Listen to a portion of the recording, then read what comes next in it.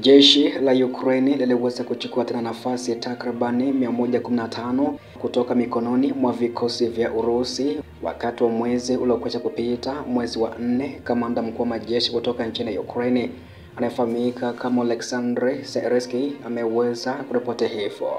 Baada ya taarifa hii pia nitakufahamisha taarifa nyingine ambayo imeripotiwa kutoka nchini Marekani, ambako imeelezwa kuwa utawala wa Trump tayari uliweza kuiarifu Kongresi mwishoni kabisa mwa mwezi uliokwisha kupita ya kwamba inajiandaa kuidhinisha uuzaji wa dola milioni 50 au zaidi katika nakala za ulinzi kwa Ukraine.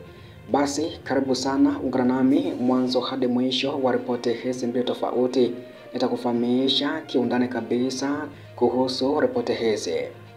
Jeshi la Ukraine lilichukua tena nafasi takribani 115 kutoka mikononi mwa vikosi vya Urusi wakati wa mwezi Aprili. Kamanda mkuu wa majeshi kutoka nchini Ukraine anafahamika kama Oleksandr Syrskyi ameweza kuripoti siku ya kwanza kabisa ya mwezi huu, yani Mei 1 ya mwaka 2025.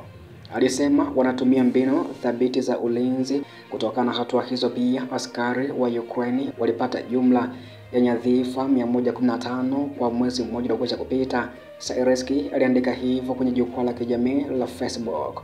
Kazi kuu ya jeshi la Ukraine sasa ni kuzuia wanajeshi wa Urusi katika maeneo ya kutishiwa, haswa huko mkoani Sami, Kursk, Pokrovsk na Novopavlivsk. Kamanda huyo aliongeza hivyo. Syrskyi aliangazia mafanikio yanayoendelea ya ufundi wa sanaa, anga na UAV, ambapo mnamo mwezi uliopita, mwezi wa 4, Deep Strike, yani ndege za masafa marefu zilishambulia shabaha takriban 62 huko nchini Urusi na kuharibu vituo vya kijeshi na kudhoofisha eneo la kijeshi na viwanda la wavamizi wa Urusi. Pia alibainisha kuwa mradi wa uhamasishaji wa umri wa miaka 18 hadi 24 unaendelea nchini humo, kama vile uhamasishaji wa wanajeshi kutoka vitengo visivyo vya mapigano hadi vya vita, huku wanajeshi 30,500 wakihama kwenda kupigania majukumu kwa kutumia programu ya jeshi. Zaidi ya hayo, makosa ya jinai ndani ya jeshi la Ukraine yamepungua kwa asilimia 43 ikilinganishwa na mwaka 2024. Mapema Mei 1, kamanda huyo Oleksandr Syrskyi pia aliweza kuripoti ya kwamba ndege zisizo na rubani za Ukraine zilishambulia na kuharibu kabisa zaidi ya shabaha 83 za Urusi mwezi wa 4 pekee, likiwa ni ongezeko la asilimia 8 kutoka mwezi Machi mwaka huu. Syrskyi alisema mafanikio yanayokuwa yanasisitiza haja ya kupanua zaidi shughuli za ndege zisizo na rubani nchini humo, ambako Ukraine na Urusi pia zote zinategemea zaidi ndege zisizo na rubani kwa ufuatiliaji na migomo. Kyiv imepanua kwa haraka uzalishaji wa ndani wa ndege zisizo na rubani na kuziunganisha katika majukumu ya upelelezi na mapigano baina mwa Urusi. Mwezi wa pili tarehe 9 mwaka huu, Wizara ya Ulinzi ya Ukraine ilizindua mpango wa drone line ili kuongeza kasi ya kutumwa kwa vita. Ukraine pia imeunda mahuluti ya masafa marefu ya kombora drones kama vile modeli za Palantir na Pekro ambazo hutumia injini za turbojeti kama njia mbadala za kombora la kusafiri.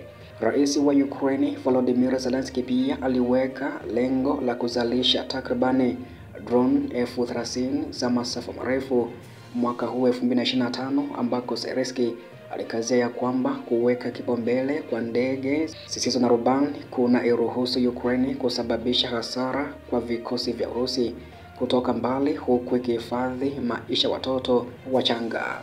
Ripoti nyingine ambayo nilikudokeza kufahamisha ni kuhusu utawala wa Trump umelitaarifu bunge kuhusu pendekezo la kuuza Ukraine makala za ulinzi zenye thamani kubwa zaidi, ambako ripoti ambayo iliweza kuripotiwa tarehe 29 mwezi uliopita iliweza kueleza kuwa utawala wa Donald Trump uliweza kuiarifu Kongresi ya kwamba inajiandaa kuidhinisha uuzaji wa dola milioni 50 au zaidi katika nakala za ulinzi kwa Ukraine.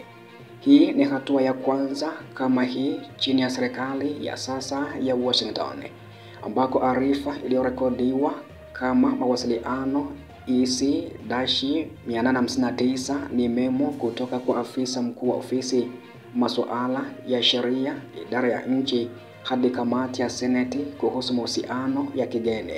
Chini ya sheria ya udhibiti wa usafirishaji wa silaha, hati inawafahamisha wabunge kuhusu leseni inayopendekezwa ya kusafirisha makala ya ulinzi, ikiwa ni pamoja na data ya kiufundi na huduma za ulinzi kwenda Ukraine ya kiasi cha dola milioni 50 au ikiwa zaidi ya hizo, japo haikutoa maelezo zaidi kuhusu aina za silaha au huduma. Hatua hiyo inakuja pamoja na kutiwa saini kwa makubaliano ya madini yaliyokuwa yakisubiriwa kwa muda mrefu kati ya Ukraine na Marekani tarehe 30 mwezi uliopita, ambayo yanaanzisha hazina ya pamoja ya uwekezaji inayolenga miradi ya baadaye ya uchimbaji na usindikaji baina mwa nchi hizo.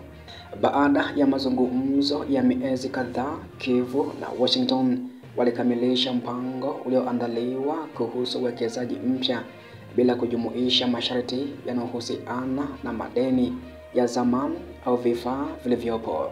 Ukraine imeelezea utayari wake wa kuimarisha ushirikiano wake wa kiulinzi na Washington, ambako tarehe 13 mwezi wa 4 mwaka huu Volodymyr Zelensky aliweza kukiambia chombo cha habari cha CBS News ya kwamba Ukraine iko tayari kabisa kununua mifumo 10 ya ulinzi wa anga aina ya Patriot iliyotengenezwa huko Washington kwa dola bilioni 15 ili kulinda miji dhidi ya mashambulizi yanayoendelea ya Urusi ya makombora na ndege zisizo na rubani. Alisema tutapata pesa na kulipia kila kitu, Zelensky alisema, akiongeza kwamba alitoa ofa hiyo moja kwa moja kwa rais wa Marekani Donald Trump na awali kwa rais wa zamani Bwana Joe Biden. Trump alikataa ombi hilo tarehe 14, akimshutumu Zelensky kwa kila mara anatazamia kununua makombora na kudai kwa uongo ya kwamba Ukraine ilichochea vita na Urusi. Rais wa Marekani amekuwa akipinga ruzuku ya kijeshi isiyo na masharti kwa Ukraine, akisukuma badala yake mikopo au mikataba inahusiana na manufaa ya kiuchumi. Tunapokea dola bilioni 350 au karibu nazo, Biden aliwapa dola bilioni 350 kati ya pesa taslimu na vifaa vya kijeshi. Hatukupata chochote, Trump alisema wakati wa mahojiano ya Mei 1 na News Nation. Aliongeza, kwa hiyo akasema, tazama, wana ardhi kubwa adimu, akimaanisha madini fulani, nyenzo, wana vitu ambavyo sehemu nyingi hazina, mali kubwa ambayo wanayo, na walifanya makubaliano siku ya jana wakapata zaidi kwa nadharia kuliko dola bilioni 350, akaongeza, akimaanisha biashara ya madini. Ndivyo pia ambavyo Trump aliweza kuzungumza hivyo. Rais huyo kutoka nchini Marekani amekwepa mara kwa mara kujibu kama Washington itaendelea kuisaidia Ukraine ikiwa Urusi itakataa kufanya mazungumzo na kuacha maswali wazi kuhusu kujitolea kwake katika utetezi wa Kyiv bila kuwepo kwa mazungumzo ya amani.